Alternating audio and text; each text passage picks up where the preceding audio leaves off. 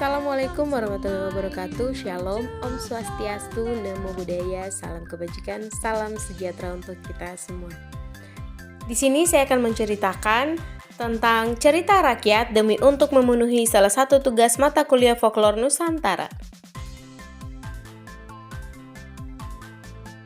Asal-usul sirep atau dalam bahasa Indonesia tifa dalam cerita suku Biak Papua. Pada zaman dahulu, ketika semua hewan bisa berbicara, di Pulau Biak hiduplah dua laki-laki bersaudara bernama Fraimun dan Saren Beyar.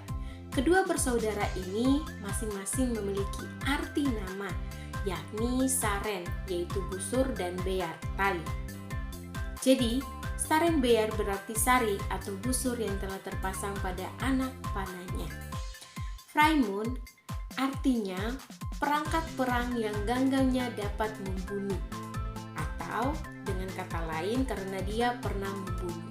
Kedua kakak beradik ini suatu hari pergi meninggalkan kampung mereka, yakni kampung Mariendi, untuk berpetualang ke arah Biak Utara di lokasi Wampamber. Karena jarak sudah jauh dan kampung Mariendi sudah tak terlihat lagi alias tenggelam dan tak tampak dari jauh. Hal ini membuat mereka menetap di Wampamber. Pada suatu malam, mereka berburu. Tiba-tiba ada suara yang keluar dari pohon opsur, artinya kayu atau pohon yang bisa mengeluarkan suara.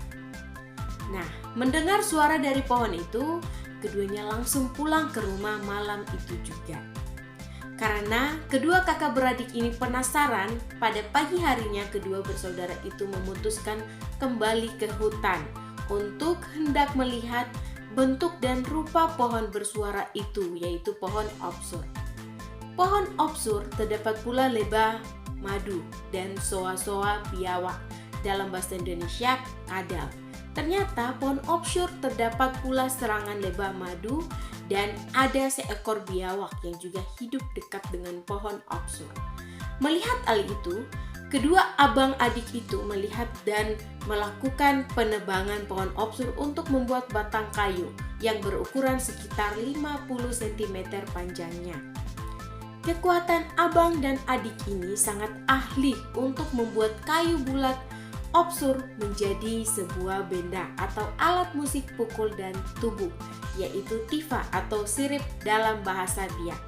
Berbekal peralatan sederhana, nibong atau batang besi panjang sekitar 1 meter, kedua melubangi kayu opsur mirip pipa.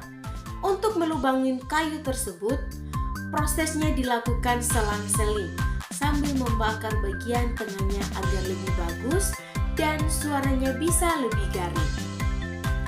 Saat hendak menutupi lubang kayu, adiknya menyarankan agar menggunakan kulit paha milik abangnya. Namun, abangnya bilang nanti akan membuat rasa sakit yang sangat dalam, bahkan mungkin bisa hilang nyawa. Tak heran kalau abangnya justru menyarankan sebaiknya mereka memakai kulit hewan saja.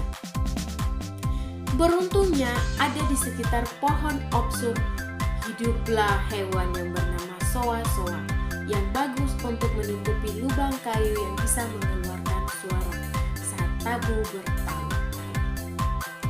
Untuk menangkap soa-soa itu harus ada cara khusus, yaitu dengan memanggilnya dengan memakai bahasa Biak. Keduanya memanggilkan Benapirembo, Benapirembo, yang artinya hai saudaraku, hai saudaraku.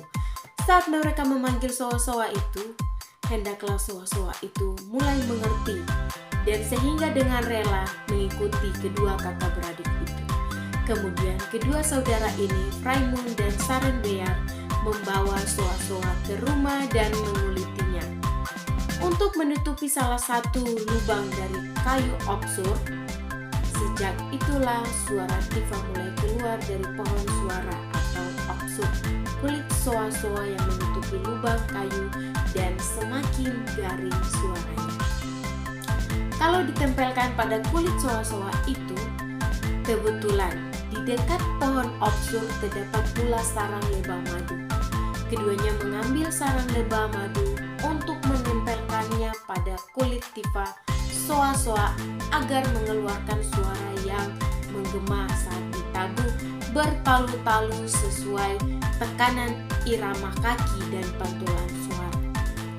Kulit soa-soa dan madu berfungsi sebagai pengatur atau pengetes suara nada dari tifa atau sirep itu. Si raja soa-soa itu ikut pula merelakan dirinya untuk dikuliti dan menyarankan agar madu ditempelkan di kulitnya agar bisa mengeluarkan suara garing saat tabu dalam pesta-pesta adat termasuk ritus war.